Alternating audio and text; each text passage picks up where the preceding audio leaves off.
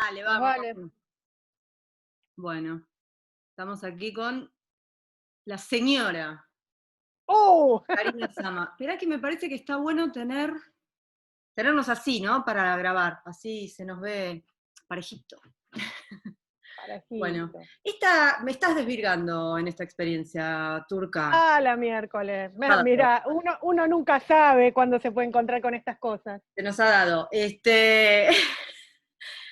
Y bueno, venía pensando un poco en lo que me gustaría charlar contigo y me doy cuenta que todo lo que me interesa charlar con vos siempre lo has encarado de una manera tan precisa y tan profunda que estoy un poco aterrorizada. No sé cómo va a salir. Pero bueno, mi admiración para empezar, porque estuve recordando cosas y revisando algunas entrevistas, algunas cosas tuyas y vi tus películas, ya lo sabés. Tuve el placer de ver las dos con vos ahí presente.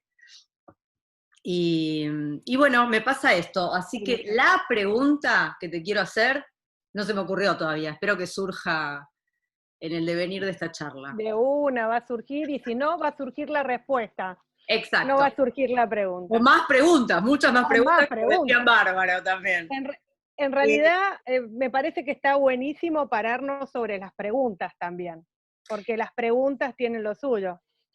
bueno, de hecho, el documental tiene mucho de eso, ¿no? Bueno, digamos, a ver, a mí en líneas generales lo que más me interesa tratar de exprimirte hoy es el tema justamente del vínculo con el intérprete, ¿no? En este caso a veces no siempre son actores, cuando uno decide hacer un documental como directora, supongo que, bueno, que te atrae el personaje y vas detrás del personaje, pero no siempre te encontrás, por supuesto, con un profesional de la Mm. actuación, ¿no? Me sorprende también, estoy viendo, esto no lo sabía, que sos una persona muy formada incluso en otras áreas. ¿En qué tipo de áreas? Que estudiaste ingeniería industrial, ¿puede ser? O Diseño industrial, diseño sí. industrial o es ok, ¿y cómo va eso? Y eso llegué a quinto año y se abrió la escuela de cine y a partir de ahí eso quedó en el trabajo que fui haciendo durante todo este tiempo, porque lo que a mí me enseñó estudiar diseño fue en trabajar en grupo, Ajá. en, o sea, un diseñador, una diseñadora es hace trabajar fundamentalmente el grupo y, y fundamental el poder explicar de una manera fácil y hacer confluir todos en un mismo trabajo, que es exactamente lo mismo que laburé durante años, que específicamente la asistencia de dirección es un poco eso, hacer confluir a todo el grupo en un objetivo, aunque sea para el día, para el momento, para la escena. eh, y después me sirvió un montón para el trabajo como directore con el tema de cómo, cómo hacer confluir un poco estas cosas que parecen tan dispersas. Totalmente. Además Pero fuiste pionera de la escuela de cine en Mendoza, ¿no? O sea, fuiste de la sí, primera camada. de la primerita, no digas mucho porque, viste, siempre son las típicas cuestiones, 30 años de la escuela de cine y, y Y es al final no como muy era. gracioso. Corazón. No, bueno, se nota, yo, bueno, tuve el placer de trabajar con vos. Me acuerdo, hoy estaba recordando la primera vez que te vi, que me llamaste mucho la atención, porque yo te conocí en la oficina de Subiela, pero en la Sí. oficina misma, estabas adentro de la oficina de Subiela y mi sensación, yo lo recuerdo como si hubieras estado en su dormitorio o en un lugar muy privado, donde yo no conocía al resto del equipo ahí, los conocí o en la oficina de producción o en algún otro, o a muchos en el set directamente, cuando filmamos con Eliseo, pero a vos te conocí, me acuerdo de verte como surgir de la sombra detrás de Eliseo, con el pelo largo, tenías el pelo Con largo. otro, con el pelo largo y negro, más oscuro por lo menos. Tenías un mechoncito, me parece, algo ya te Este identificaba. mechón oscuro que aparece acá era mi mechón blanco en ese momento, es muy loco, digo, para que vean que todo no es lo que parece. O sea, Totalmente. lo que iba a ser blanco. Es una cuestión de eh, contrastes. lo que pasa es que uno con el director, con la directora que trabaje, es un poco, es eso, es la mano, como la mano izquierda, la famosa mano izquierda. Y uno comparte mucho, porque es como que tenés que entrar también un poco en la forma de trabajo y en la forma de cabeza que tiene esa persona para hacer confluir a lo que esa persona le gustaría de esa película o de eso que está armando. Ujú. Entonces tiene que compartir como un tiempo de calidad como para entender. A mí me En eso, sorprende mucho de vos, Turca, que tenés una personalidad muy particular, que te identifica mucho, a vos se te ve venir a 5 cuadras, digamos, ¿no? Sos vos, sos muy personaje de alguna manera. Eh, Tenés muy claro qué cosas te fascinan, qué cosas te llaman la atención, tenés un código humorístico muy, muy pulido, ¿no? Te atrae también mucho el humor, tenés sentido del humor, te atrae el sentido del humor, ¿no? Hay algo ahí muy fuerte, y sin embargo tenés una gran docilidad para adaptarte a los proyectos de los que participás, tanto como asistente de dirección, y ni hablar como directora, o sea, algunas reflexiones que te he escuchado con respecto a tus películas y a los personajes de tus películas, sobre todo con Malva, Con Nombre de Flor, esta cuestión del personaje que tomó la decisión de contarse a sí mismo a través de tu cámara experimental, no así la profesional, ¿no? Querés resumir, yo tengo clarísimo, pero por ahí no queda tan claro, si lo querés contar vos. básicamente es que en realidad me di cuenta que el trabajo del cine, el que yo quiero, que es un poco de esta cosa de la ruptura desde las femineidades, eh, esta cosa de probar una forma horizontal necesita desaprender todo lo aprendido. El cine que yo había aprendido era el cine absolutamente verticalista, o sea, hay una cabeza y los demás obedecen. Y entender que el cine que yo quería hacer era absolutamente horizontal tiene sus pros y sus contras, entonces tuve que desaprender todo lo aprendido para poder construir de otra forma. Y en eso fundamentalmente me ayudó mucho Malva, porque ¿cómo se me ocurre a mí que mi aprendizaje había sido todo inmerso desde un mundo heteropatriarcal? eh, Ponerle la cámara a una persona que vivió siempre fuera de toda norma, porque estamos hablando no solo de una travesti, sino de una travesti vieja. Y las femenidades viejas no se ven, o sea, no se deben ver. Entonces, esa doble situación que Me Malva la viene a la tenía, mente ahora esta tapa de Cecilia Roth que salió hace unos días, ¿no? Una portada de revista donde claro, ella, que lleva además muy hermosamente su edad, está convertida en una especie, está así, ¿no? Se la ve como si sí, fuera esta taza. totalmente, por eso, tenemos vedada Obviamente la una femenidad. travesti de 90 años. Ni hablar.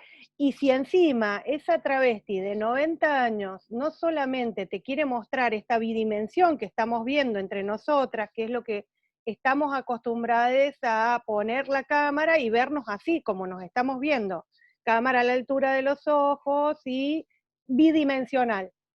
Pero o sea, alguien que tiene muy aprendido en su cuerpo y te quiere hacer ver una profundidad, o sea, no solamente se pone así para que me veas esto, sino que iba y se acostaba. Entonces, ver una travesti vieja acostada, o sea, es ver como las tres caras, si viéramos las tres caras de un cubo. Digo, era como ver esta situación. Totalmente. Y acostumbrarnos a ver esa profundidad en la imagen es re difícil porque no tenemos eso aprendido en nuestra cotidianeidad. Entonces, esa tensión que provocaba Malva sobre mi cámara, sobre mi imagen heteropatriarcal que yo tenía, a pesar de que soy torta, no lo había explorado a eso, no me había dado cuenta Claro, tu que ventaja de ser considerada mujer de todas maneras en una sociedad que a ella no la consideraba mujer, que la llevaba presa por estar vestida ni siquiera de mina, un poco femenina, ni siquiera. claro. El tema era caminar un poco gay. Hasta el 2011 el tema de la homosexualidad estuvo criminalizada, digo, o sea, la homosexualidad o sea, fueron de pasitos a pasito, digo, en el 2010 la ley de matrimonio igualitario, pero si te veían abrazada con tu pareja, que podías estar casada, te podían hasta echar de los lugares. Totalmente, sigue pasando. Y en ese, Me surgieron ya mil cosas este, para preguntarte. Una tiene que ver con el tema de la verticalidad en el equipo de cine. A mí esto me genera un montón de conflicto, porque yo sé, conozco bien las bondades de las jerarquías, ¿no? Hasta qué punto el hecho de que en un equipo de cine haya alguien que es el que tiene la última palabra o alguien que es el que tiene que salir corriendo si hay un imprevisto, ¿no? Y que esos roles estén bien definidos, ayuda mucho a articular un rodaje que a veces son situaciones de una gran complejidad, ¿no? Y sin embargo, uno tiene su reticencia a esta verticalidad y a esa heteronormatividad también aplicada al ámbito laboral. ¿Pueden convivir ambas ideas, según tu opinión? O sea, ¿se puede ordenar mediante jerarquías, pero a la vez no ser tirano, digamos, en esa jerarquía? en ese sentido es lo que creo, una cosa no se puede parar en la otra, o sos patriarcal o no lo sos. O sea, no hay forma de convivencia. Es eso, digo, tanto el capitalismo como el comunismo están parados en la base de una forma estructural del dinero. Digo, o sos de esa forma o no sos de esa forma. Yo lo que creo es que tenemos que aprender de nuestros pueblos originarios. Y en ese sentido ahí es donde cambia esta cosa de la visión, porque fueron antes de esa norma, de esa creación de la heteronormatividad blanca, eurocentrada, digo, y entonces en ese sentido o te parás sobre el verticalismo o te parás sobre el horizontal, digo, no hay formas de convivencia, porque si no o sea, me parece que hay cosas que hay que explorarlas, digo, desde los feminismos tenemos como mucha pregunta y empezar a explorar 500 años de respuestas, digo, todavía no tenemos ninguna certeza sobre nada, Ahí pero hay está que ir explorando.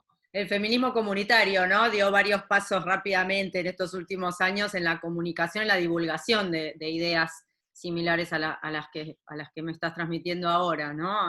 Sí, De pero recuperar esa. pero son puras preguntas, digo, o sea, hay una cosa que es básica, que el capitalismo se para sobre el deber ser, y creo que en los feminismos nos paramos sobre el estamos siendo, sobre un gerundio, sobre una forma de movimiento, y no en una forma estanca como el deber ser.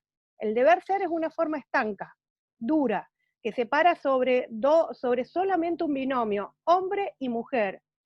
Y me parece que le estamos siendo, deberíamos pararnos sobre lo femenino y lo masculino, sobre femenidades y masculinidades.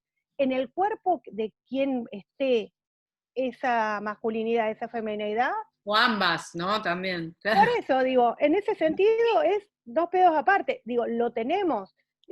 Hormonalmente somos de las dos maneras. Total. En una primará una cosa y en otra primará la otra. Pero digo, si abrimos a femenidades y a masculinidades, creo que abrimos el espectro y rompemos la violencia que generan los roles. La violencia que generan esos roles de hombre y de mujer se desarticula con esta palabra de lo femenino, las femenidades y las masculinidades. Ahí es donde creo que es donde se tienen que romper esa forma, y esto es donde vienen paradas las olas de las pibas y les pibes de 12, 13 años, digo, están paradas sobre ese lugar.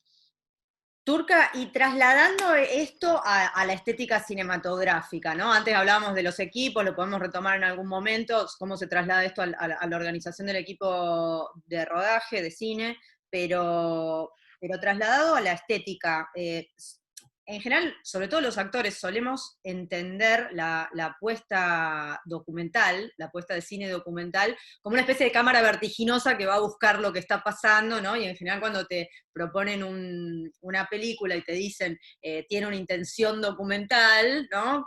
Vos sabés que vas a tener un poco más de libertad y que la cámara, ¿no? Va a seguir al actor, al intérprete, eso, en sus caprichos, en sus movimientos caprichosos, lo cual por supuesto después termina no siendo para nada de esa manera, pero bueno, hay como una especie de preconcepto de en qué consiste esa cámara documental que persigue este personaje a los tumbos, ¿no?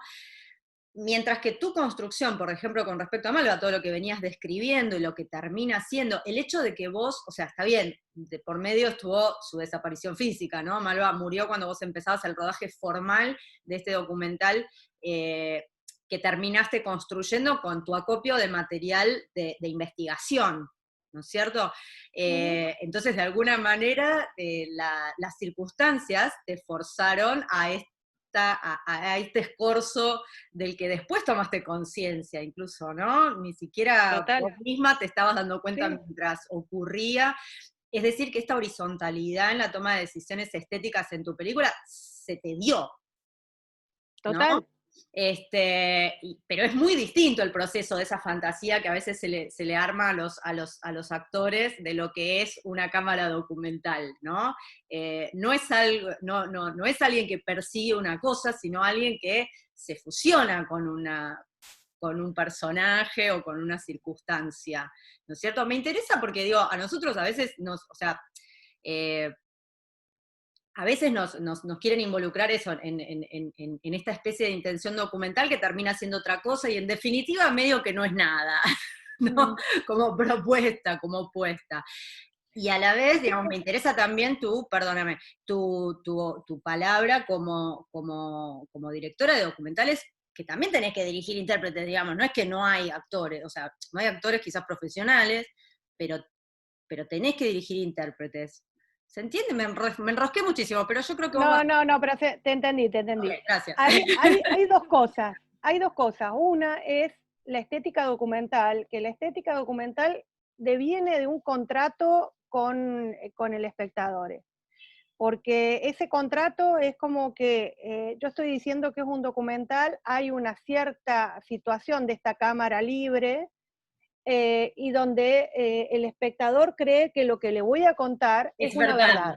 claro. Claro, ese es el contrato, digo. Hay un contrato donde yo te estoy diciendo que te voy a hacer un documental, y hay muchas veces hay bonitas películas que están hechas en esa base de te voy a contar un documental, pero lo que te estoy contando es una plena ficción, que rompen ese contrato, entonces el espectador se mete en una historia que parece real, pero es una ficción.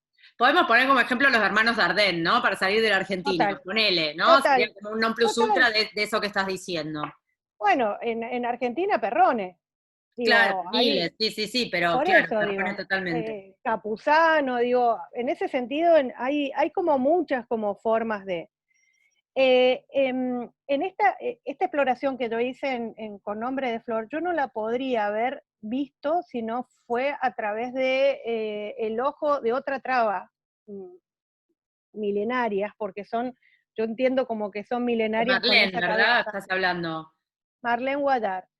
Eh, pero en ese sentido también fue darme cuenta de que la posibilidad de un cine en horizontal era posible, porque en ese sentido Malva me puso un espejo a mí.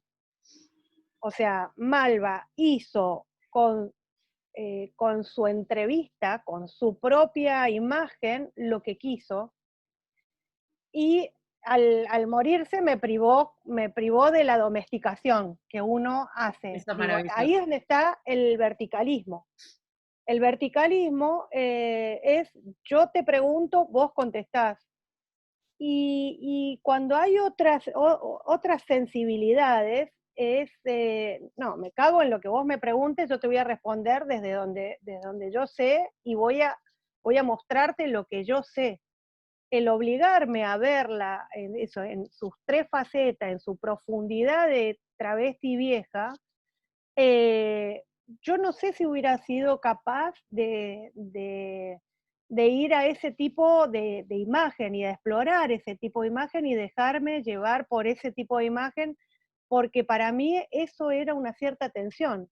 Cuando estábamos editando, y mirá que o sea, Camila Menéndez, que es la montajista, era como muy tensionante, porque ella me decía, pero ¿cómo vamos a poner esto? Mirá qué encuadre de mierda tiene, y mirá qué cosa, digo, eso fue como armamos el tema de la cronología, y eso fue lo que le mostramos a Marlene.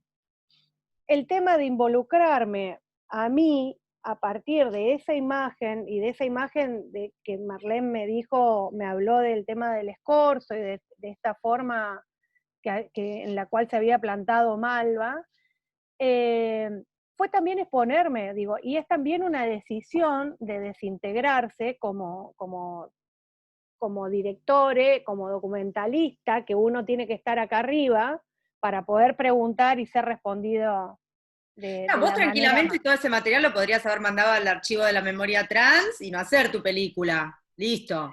¿Me entendés? Sí, Como, bueno, tengo o esto. agarrar y agarrar o decidir hacer una cosa afuera de mí, ¿Y cómo iba a digo. ser tu película? ¿Cuál es ese guión, esa apuesta? En realidad, como Malva estaba ¿De qué se salvó absolutamente, Malva? Sería la pregunta. ¿De qué se salvó Malva?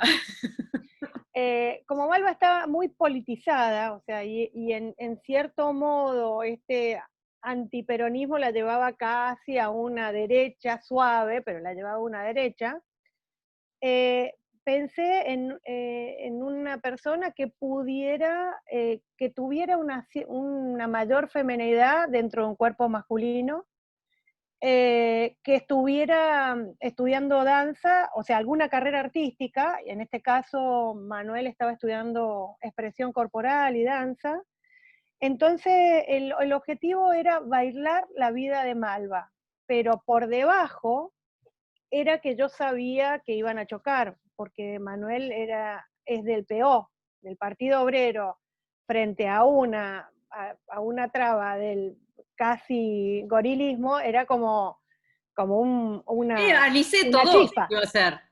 Era una chispa.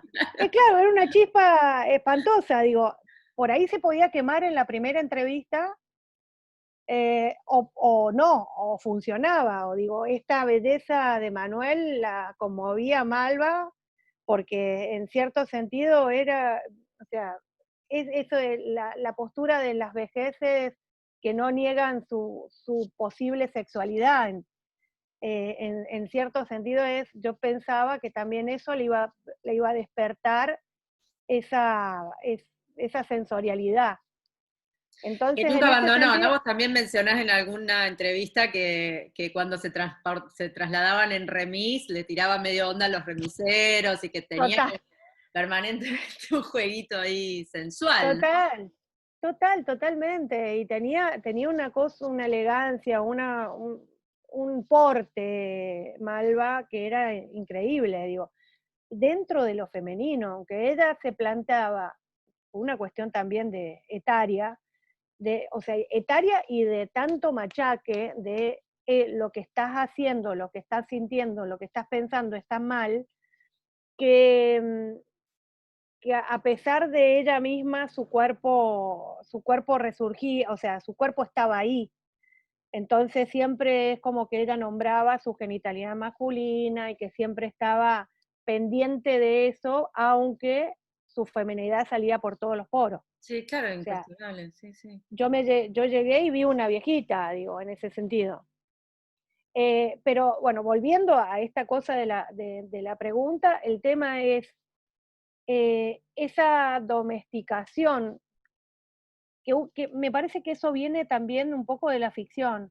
Y y explorar un mundo, entre comillas, con algunas articulaciones de vida real, uno explora una ficción posible.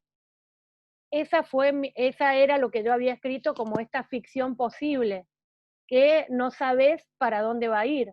Ujú. En el documental existe una cierta horizontalidad porque es como que vos buscas dispositivos que van a funcionar de una manera que vos no la podés, no podés saber No la puedes anticipar. exactamente. Claro, a Vos, no ser que te pares en documentales como eh, de que sí, alguien relate, testimonial, claro, digamos, claro. totalmente. Turca, vos también has hablado del documental entendido como acopio de material para ficciones futuras, ¿no? Que me parece una idea súper interesante, ¿no? Como el lugar de exploración, no solo temático, sino también esto del dispositivo cinematográfico, de El, el, donde, rea- de el donde saldrían reapropiarse, las construcciones sí, de las ficciones futuras. Contame un poquito. el reapropiarse de un material que estuvo hecho para otra cosa me parece como muy interesante, porque en ese sentido ahí es donde están los puntos de vista. Y creo que es donde más se ve, es con el mismo material podemos crear muchas cosas desde distintos puntos de vista. Mm.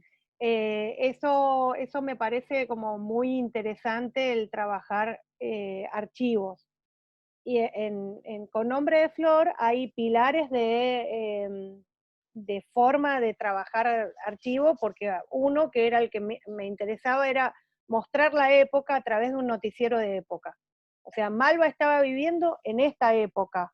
Lo que el noticiero está contando no tiene un pedo que ver con lo que Malva está contando. O sea, hubieron dos historias. Una fue la que se contó a todo el mundo y otra era la que podía contar Malva.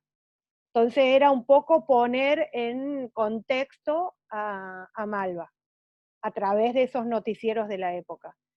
Y el otro fue agarrar un montón de archivos donde habían ciertas actitudes femeninas que salían de diferentes personas que no tenía nada que ver, porque en realidad está montado de una manera diferente, porque en realidad hay una parte en el Tigre que está montado un material que es un picnic en un lugar parecido al Tigre en los 50, pero están recortadas todas las mujeres en ese picnic. Reapropiado y poniéndolo al lado del material de Malva, termina Ilustra siendo, esos encuentros en el Tigre hipersecretos, pero claro, sí, claro, que fueron el signo pero de que una época en la historia de dentro, la Pepsi, ¿no? en, entre las fotos de Malva lo ubicamos en el Tigre, lo ubicamos en un encuentro de varones solamente. Entonces, o sea, era un poco llevar ese material a ese lugar. Y después fue lo encontrado realmente, fue todo el archivo de hemeroteca, de todos esas notas periodísticas que habían, que eran tremendas, donde, o sea, la forma de nombrar a las personas que estaban fuera de la norma era de la peor manera despectiva. Y siempre me imaginaba que este machaque de machacar de una manera tan sistemática a una persona durante 95 años, diciéndole esto está mal, o sea, son amorales, inmorales. Malva nombra que había uno que le decía la excrescencia humana. Eso era como tremendo, porque Pero y claro, como que realmente, ella se terminó convenciendo un poco de estas ideas, ¿no? Y que de hecho habla de haber tenido una vida maricona y una vida normal, cosas así, ¿no? Como que se claro. vapulea a sí misma permanentemente. Bueno, es que justamente también en eso es lo que tiene que ver el trabajo un poco que me conmueve y que me parece que junta estas dos cosas de ficción y realidad. Cualquier persona travesti tuvo que construir a su personaje trans. Digo, han tenido la posibilidad de construirse como objeto de arte. Marlene Guadar dice que el primer objeto de arte que tenemos que podemos hacer es nuestra propia persona, y me parece precioso eso. Y eso se ve mucho en el tema de lo trans, o sea, porque vos tenés que crear algo, recrear o representarte, digo, es lo que te devuelve el espejo que no te refleja. Totalmente, totalmente de Y me acuerdo. parece que dentro de eso es como una ficción, como una cierta ficción, y creo que me encontré con personas que tienen mucho de eso, y por eso les interesa hablar y les interesa contar, porque tienen dos personas, y esto que muestra Malva, que es esto, yo tenía mi vida de maricón y la otra, la que vivía todo el tiempo. ¿Cuál querés ¿Cuál saco, que te no? ¿Cuál, cuente? cuál vas a usar? Claro, claro. Claro. Turca, Entonces, volviendo un poco sobre tu rol de asistente de dirección, ¿fuiste segunda de dirección alguna vez también o siempre? sí, sí. Sí. Hice la carrerita nada más que me salté el meritorio, Ok, pero pero digo, como fui segunda de segunda dirección durante mucho tiempo. has tenido contacto muy directo, ¿no? Ha sido como el nexo entre el elenco Sí, y el resto del equipo de dirección, que es en general el rol del segundo, ¿no? sí, O sea que tenés mucho trato con los actores, pero además, incluso como primera dirección, nunca has evitado el contacto y el trato con los actores, de eso puedo dar fe. Eh, sí, y sos muy amorosa, imponés un clima muy positivo y a la vez de un gran rigor que se agradece, sola. está buenísimo. Está buenísimo, pero digo, volviendo a eso y después de todo lo que hablamos y en este camino hacia la horizontalidad en la producción cinematográfica, ¿cómo pensás que se daría en una ficción esto con respecto a los actores? Digo, o a los intérpretes en general, sean profesionales o no, pero digo, ahí entra en juego toda esta mitología del ego, ¿no? Del Mm, actor, donde habrá mucho de realidad, pero también hay mucho de falta de comunicación, muchas situaciones egópatas entre el área de dirección y el elenco se dan también por una mala comunicación, esto lo habrás visto mil veces. sí. ¿No? Entonces, ¿qué opinás al respecto y cómo se trasladaría esta horizontalidad creativa y de producción? Porque no es solo tener la idea, ¿no? Sí, Hay que hacerla, el cine no es sí, fácil sí, de sí. producir. ¿Cómo Es lo que en ves? ese sentido es donde hay que romper de una cierta, hay que desaprender esas actitudes, digo. En ese sentido es ponernos hacia afuera desde todos los lugares, digo, poner a una cuestión más sensorial y sensitiva desde todas las áreas y desde todos los aspectos. En ese sentido, a mí el tema del documentalismo me ha dado un poco el tema de las pautas, porque en general con el trabajo documental uno trabaja muy codo a codo con quien hace la cámara y la luz y quien hace el sonido, y es como un poco vas mirándote e ir viendo para dónde tenés que... Y tenés como a otra persona, que es la que tenés enfrente, que está completamente expuesta.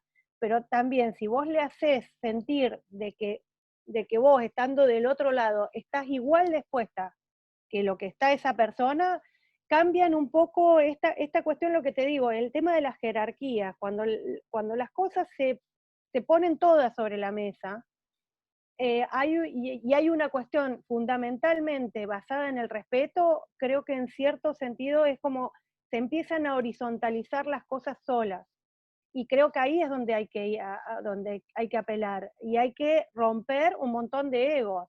Primero el de directores, porque hay que romper un ego de directores, porque es como, están haciendo mi película, romper esta cuestión del mí y empezar a horizontalizar en una cuestión de un trabajo creativo donde uno confía en las personas con las que estás trabajando, y uno va a ir probando. Me parece que en ese sentido yo en este próximo trabajo que voy a hacer, que un poco mi proceso, digo, con esta cosa de trilogía, en Madame Butterfly hice lo que pude con las armas que contaba y con la cabeza que tenía en ese momento. Me pasó el huracán Malva por el cuerpo y todo lo que había trabajado sobre La Paloma, que era el tercero, me lo borró de un plumazo. Y lo único que pude hacer en ese sentido es darle la cámara a Paloma. Paloma se va filmando su propia vida a través de algunas preguntas que estoy haciendo o de algunas formas de, bueno, me gustaría ver un poco más de esto, me gustaría ver un poco menos de esto. Y como ciertas propuestas, pero ella se está filmando a sí misma. Y a partir de esa autovideografía, ver qué es lo que se puede llegar a hacer. O sea, es una, es una experiencia, una forma de Sí, experiencia. además, yo sé que esto lo venís trabajando desde hace tiempo, pero me sorprende cómo en este momento eso un poco está pasando, ¿no? De los actores que se convierten en casi un equipo completo de, Claro, de producción cinematográfica, porque desde sus casas y de manera remota tienen que ir produciendo cosas en medio de la pandemia, ¿no?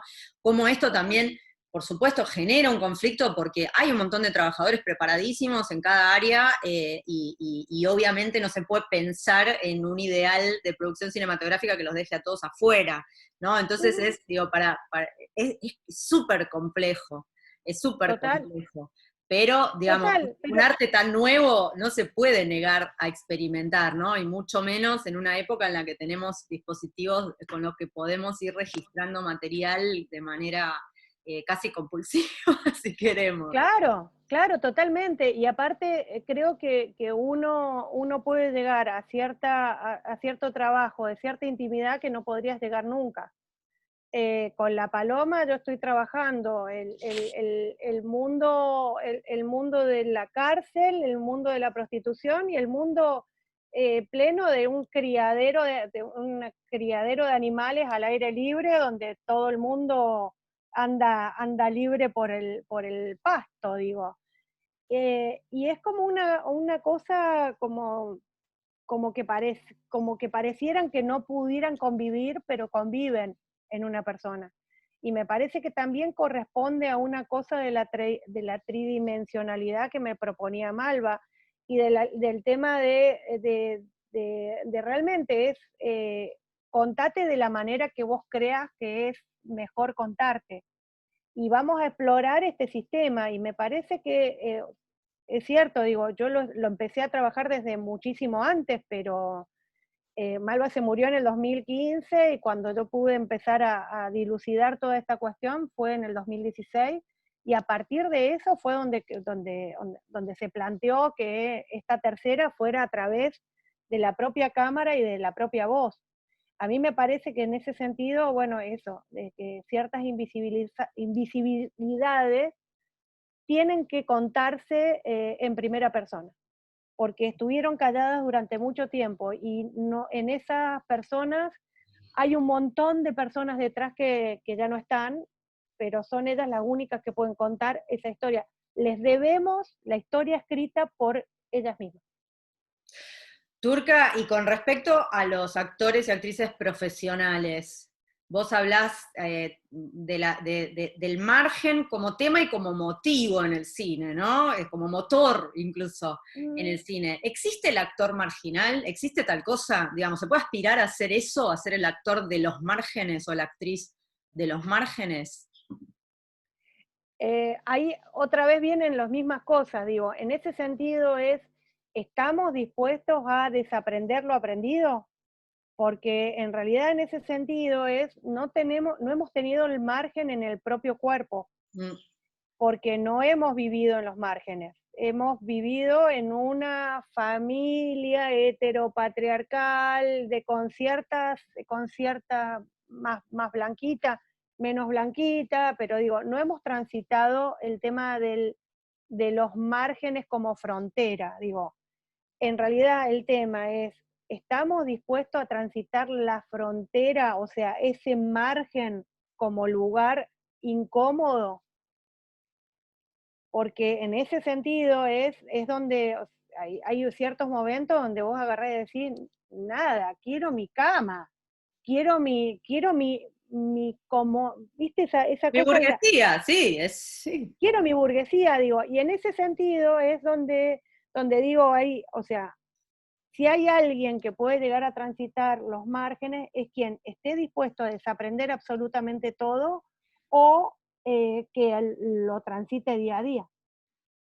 creo que en ese sentido, digo, bueno, vos también, o sea, vos laburás también en la vida, digo, y vos sabés dónde están, digo, esas ciertas situaciones y ese transitar en esa línea tan finita.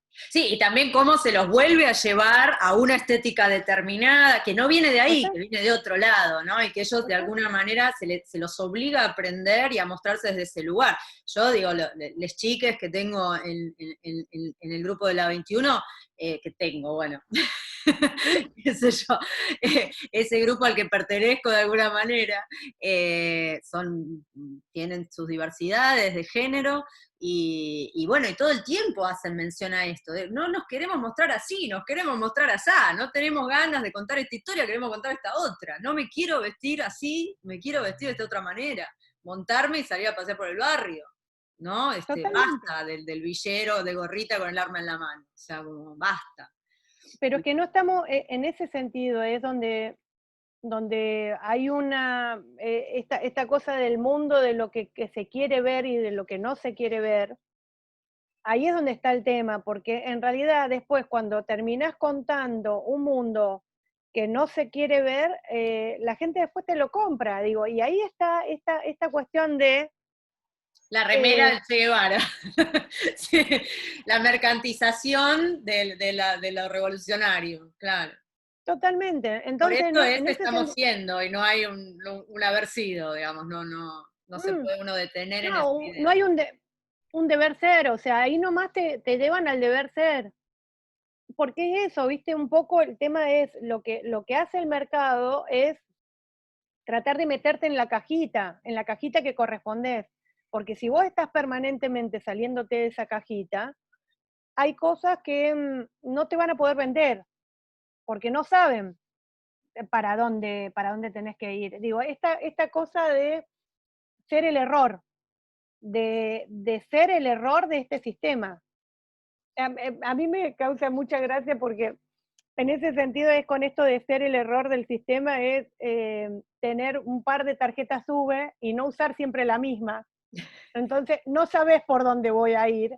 Y no, o sea, tu Google no me va a agarrar y me va a decir, acá está el coso, podés comprarme y algunas, nada, la pindonga, digo. El tema de ser el error de este sistema está en un montón de lugares.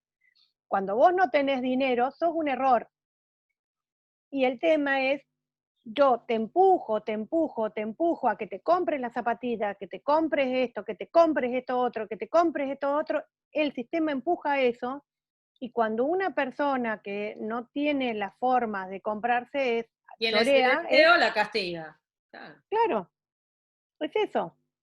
Entonces es una cuestión de que me parece que en ese sentido, los pueblos originarios, el tema de la convivencia en redes, el tema de abrir una familia, o sea, que la familia no sean tres, cuatro, esa cosa cerradita, sino las redes, que eso también pasa mucho en las villas. En las villas también hay una red de contención o no, digo, según lo que te toque, o desde sus propios lugares, esa red existe propiamente, porque bueno, en realidad hay un proverbio árabe que dice, ¿por qué no pensar que quien te da serpientes, lo único que tiene son serpientes para dar? Y hay muchas veces que tiene que ver con eso, o sea, tu aprendizaje ha sido mínimo o tu- tus límites han sido tantos que lo único que tenés, o sea, yo con esto de la paloma lo que pienso es, ella vivió la mitad de su vida en la cárcel. Una travesti en una cárcel de varones durante media vida, traspolada a estos lugares de apertura, digo, no voy a decir fuera del encierro, ¿qué es lo que podemos llegar a esperar? Digo, y así todo, ella encuentra cosas para recuperarse, digo, lo encuentra en la tierra, digo, lo encuentra en criar plumíferos. Aparte es muy gracioso porque ella cría distintos tipos de pollos y gallinas, pero rarísimas. Digo, tiene pollitos no pollitos, sino gallinas adultas que son de este tamaño, y cosas enormes, y tiene un Bambi en la casa, digo, es como una cosa, digo, va recopilando bichos que se encuentra, o bichos que están castigados, o bichos que están... Y en ese mundo animal, ella encuentra su lugar, digo, lo encuentra en ese mundo animal, y en esa cárcel donde sigue yendo a visitar a su novio y a su hija todos los jueves y todos los domingos de su vida. Digo, ahora no, y es un tema, digo, y este tema de esa cuestión del encierro, eh, yo me reía porque los chicos de la cárcel me decían, ahora los quiero ver a todos los de afuera, encerrados igual que nosotros. Y bueno, son esas cosas, ¿viste? Es como cuando yo les preguntaba, che, ¿cómo están ustedes? Acostumbrados, me decían. Claro, claro.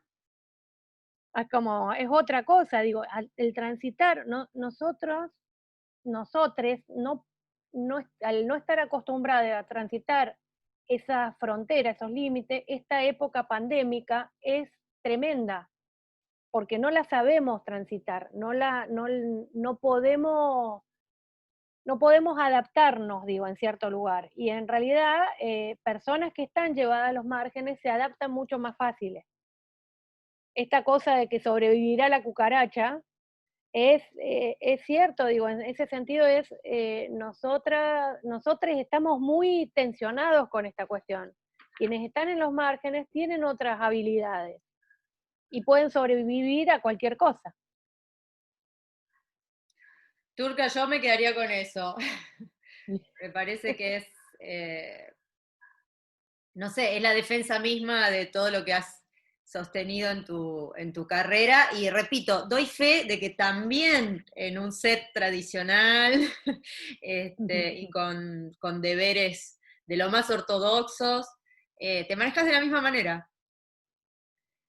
Esperemos que así lo pueda seguir haciendo, digo, en ese sentido estemos siendo, Hmm. seamos gerundio. Bueno, seamos gerundio y por muchas más turcas en esta vida. No, espero que Sí. no. Te Bueno, quiero, muy buen jopo. Para terminar, viste, tenía que a decírtelo. puro jopo. A puro jopo. Querida, mil gracias. Nos vemos A vos, pronto. mi querida.